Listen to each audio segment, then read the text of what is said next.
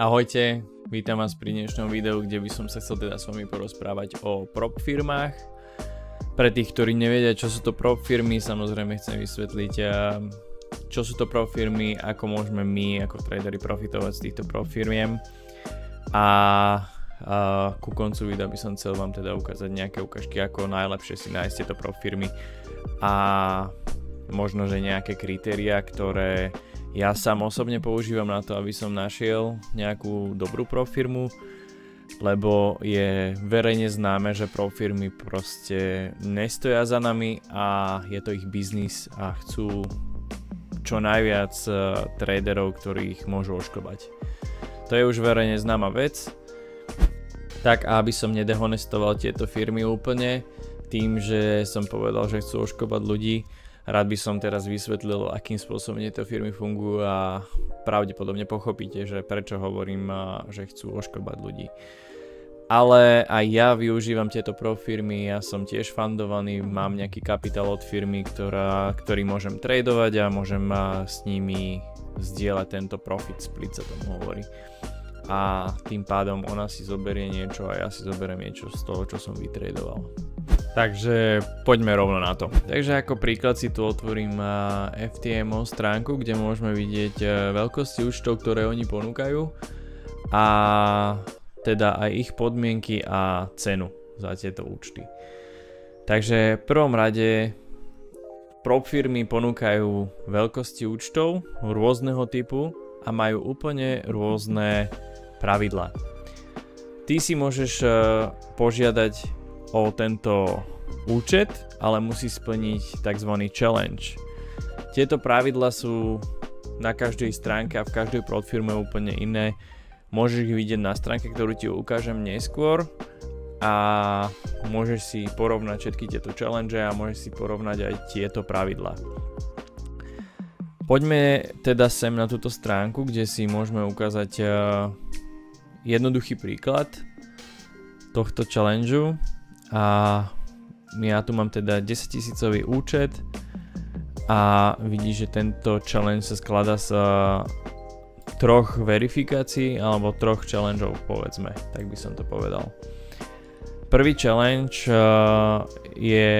musíš skrátka dokázať, že si trader a že dokážeš vytvoriť nejaký profit na tom danom účte a oni majú preto určené pravidlá. Čiže pre teba prvý step je profit target 10% z toho celého účtu, teda 1000 eur alebo $1000 a keď to zarobíš, dostane sa teda na druhú verifikáciu. Na tej druhej verifikácie máš profit target už iba 5%, 500, máš neobmedzený čas, v obidvoch prípadoch máš neobmedzený čas a ak toto splníš, tak sa dostaneš ku svojmu fundovanému účtu, kde máš určitý profit split, ako som už povedal. Tento profit split je tiež úplne rôzny. Myslím, že momentálne túto FTMO má 80-20, čiže 80% si ty dokážeš vybrať z tohto fundovaného účtu a 20% si nechá FTMO. Ďalej k tým pravidlám máš tu maximálny day loss. Maximálny day loss znamená, že môžeš ten daný deň maximálne stratiť 500 eur alebo $500, je to úplne jedno. A maximálny loss je 10% takisto ako aj ten profit. To znamená, že ak v daný deň budeš mať stop loss nastavený na 500 eur a stratíš ho, tento obchod si stratil a stratil si aj tento účet, oni ho označia ako nesplnený challenge a ty si prišiel o 89 eur, ktoré si za to zaplatil. Takže ak si sa radoval, že wow, super, sú tu firmy, ktoré mi dajú peniaze a môžem sa s nimi tradovať bez toho, aby som za to musel niečo zaplatiť, tak nie je to až také jednoduché. A v minulosti bol ešte daný, napríklad tuto je teraz, nie je tam žiadny čas, žiadna tradingová perióda, to znamená, že môžeš tento tradingový účet tradovať koľko len chceš. V minulosti to bolo tak, že tam bolo 30 dní len na to a to bolo veľmi ťažké. lebo keď si dobrý trader, tak 10% otočiť mesačne je naozaj dosť ťažké, ale na to si určite prídeš aj sám. Nie je to úplne, akože nie je to nereálne, je to reálne, dá sa to, ja som to tiež spravil, aj som to dokázal viackrát a aj viackrát som to nedal, takže viem presne, aké je to ťažké a nezistíš to, pokiaľ si to nevyskúšaš, samozrejme. Tak a teraz už viete, prečo som povedal, firmy už nestoja dávno za nami a je to verejne známe. Pretože čím viacej neprofitabilných traderov majú, tým viac zarobia. A toto sa stalo gro niektorých firiem, ktoré sú momentálne vo svete a preto sa stali vyšetrovanými od SEC v Amerike napríklad. SEC je americká komisia pre cenné papiere a burzy. A všimli si nejaké nekalé praktiky v týchto firmách a niektoré tieto prop firmy pouzatvárali alebo zmenili kompletne ich pravidlá. Čiže aby ochránili aj týchto ľudí, ktorí vlastne obchodujú s týmito prop firmami, museli zmeniť nejakým spôsobom, ako SEC navrhla, teda Americká komisia pre cenné papiere a burzy, a upravili všetky tieto svoje pravidlá. Jednou z týchto nekalých praktík bolo napríklad zväčšovanie a zmenšovanie slippageu, čo je v preklade zväčšovanie a zmenšovanie sklzu medzi cenou, kedy ste vy obchod zadali a medzi cenou, kedy došlo teda k otvoreniu na strane brokera.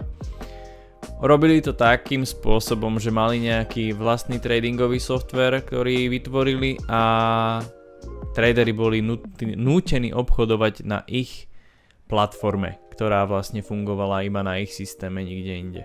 A niektoré z týchto spoločností zase fungovali ako pyramidové Ponzi schémy, ktoré v podstate vyplácali svojich traderov z peňazí, ktoré ľudia stratili na týchto challengeoch.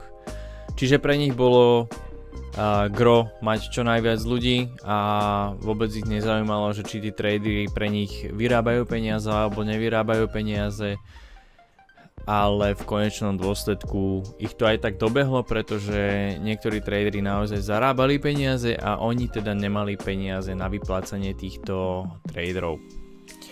No a tieto prop firmy boli napokon nútené pozastaviť všetky výbery a toto sú už veci, ktoré už ja chcem pridať do svojich red flagov, ako si vybrať prop firmu na obchodovanie a poďme teda rovno na to.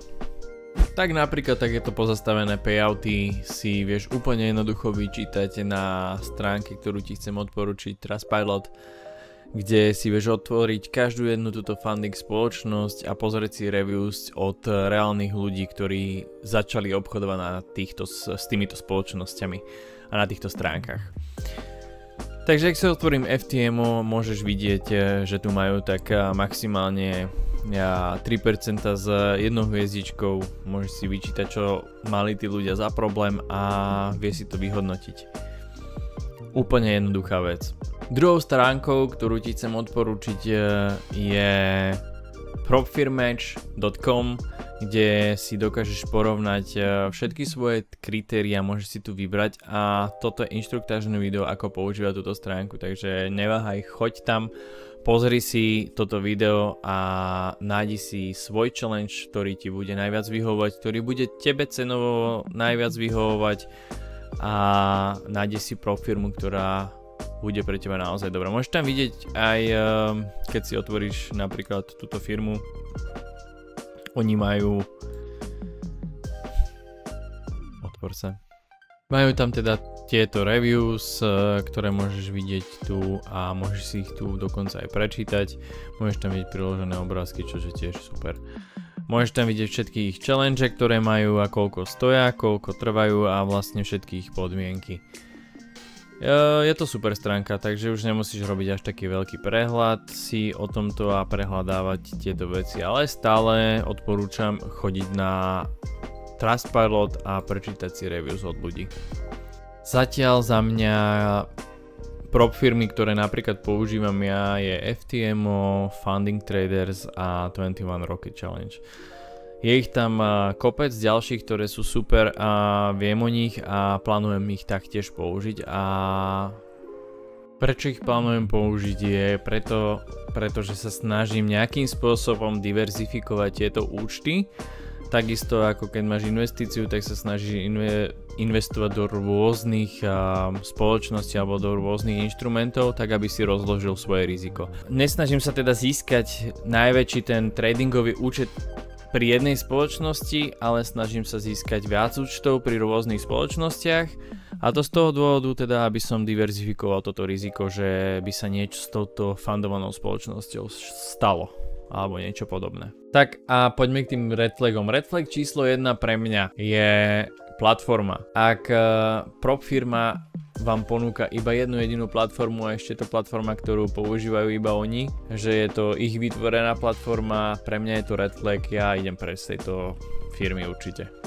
Pretože ja rád používam napríklad MetaTradera alebo C-Trader, to sú programy, ktoré používam. Red flag číslo 2 je pre mňa minimálny payout. Prečo by som mal mať minimálny payout, ak mám nejaký fundovaný účet alebo mám nejaký svoj účet, na ktorom si vytradujem povedzme 10 € a chcem týchto 10 € vyplatiť. Alebo teda ten daný profit split. Prečo by som mal teda ja mať nejaký minimálny payout, keď ten môj účet je môj a mňa to vôbec nezaujíma. Vôbec preč od takéto prop firmy, ruky preč od takéto prop firmy. Red flag číslo 3 je všeobecne podmienky prop firiem. Tieto podmienky prop firiem musia byť pre vás úplne zrozumiteľné. Nesmú byť také, že ak sa na ne pozriete, niečomu nechápete. Ak sa stane niečo také, choďte k prop firme, ktorej je vám úplne všetko jasné. Pretože my musíme potom prispôsobovať našu stratégiu a prispôsobovať náš trading ich podmienkam. Takže tieto podmienky musia byť logicky pre nás čo najviac zrozumiteľné a jednoduché.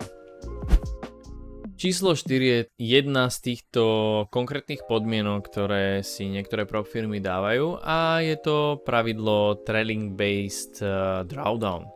Znamená to, že máte nejaký denný svoj limit, ktorý nesmiete prekročiť. Ten denný limit bolo napríklad na FTMO, čo som vám ukazoval, 500 € denne. Že môžete stratiť maximálne 500 € denne. Niektoré prop firmy toto povýšili a spravili tento trailing based drawdown, spravili ho takým spôsobom, že ak by som ja napríklad zarobil 500 €, tak logicky na druhý deň by som mal mať tento svoj drawdown 1000, pretože 500 je môj základ a nemal by sa tento základ meniť nejakým spôsobom. Ale ak som si vyrobil nejakých 500 € už do plusu, tak môj drawdown by mal byť teda tých 1000, nie 500.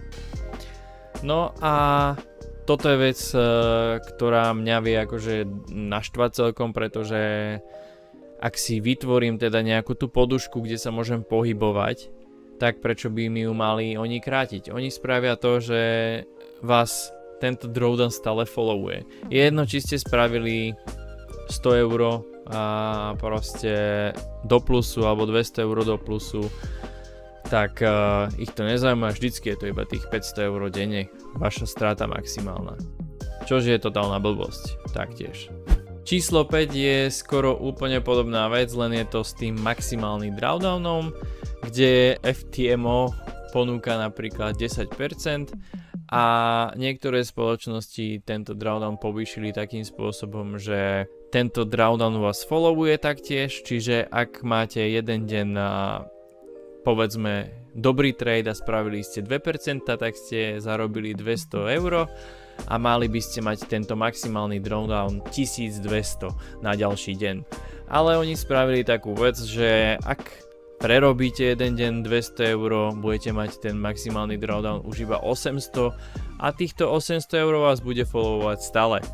To znamená, že ak prirobíte znova tých 200 € alebo zarobíte týchto 200 €, tak sa vám nepripočítajú k tým 800 € a nebudete mať zase 1000 drawdown ako na začiatku, ale proste stále vám ostane tá 800, čo je totálna blbosť a vyvíja na vás ďalší zbytočný tlak, ktorý vás donúti potom robiť chyby. A presne toto je vec, ktorú by sme tiež nemali tolerovať a jednoducho od takejto profirmy si taktiež ja napríklad nezoberiem vôbec žiadny účet, to je jasné. Takže teraz už vieš, čo sú to profirmy a dokonca vieš, ako si z týchto profiriem vybrať. Samozrejme tých red flagov by sa dalo tu vypichnúť o mnoho viac, ale myslím si, že tieto sú dostačujúce a nezabudni si vždycky skrátka prečítať reviews od ľudí. To je, myslím, že úplne najlepšia ideálna vec pre teba, ak si teraz naozaj rozhodnutý tradovať s nejakou prop firmou. Pretože aj keď nakupuješ nejaké veci z AliExpressu, tak si to nekúpiš len tak bez reviews. Ak si to spravil, tak si určite nedostal to, čo si chcel. Tak a to by bolo na toto video všetko a ak sa ti toto video páčilo, tak ťa poprosím, nechaj mi tu svoj like, subscribe a nezabudni sa prihlásiť na odber, aby ti žiadne moje video neušlo a ak sa ti teda páčilo, kľudne mi napíš niečo do komentárov a ak by ťa zaujímal trebárs napríklad ako ja robím challenge a chcel by si o tom video, tak napíš to dolu, nech viem a ja spravím aj takéto video. Takže vám želám príjemný večer alebo deň a čaute, vidíme sa pri ďalšom videu. Čau.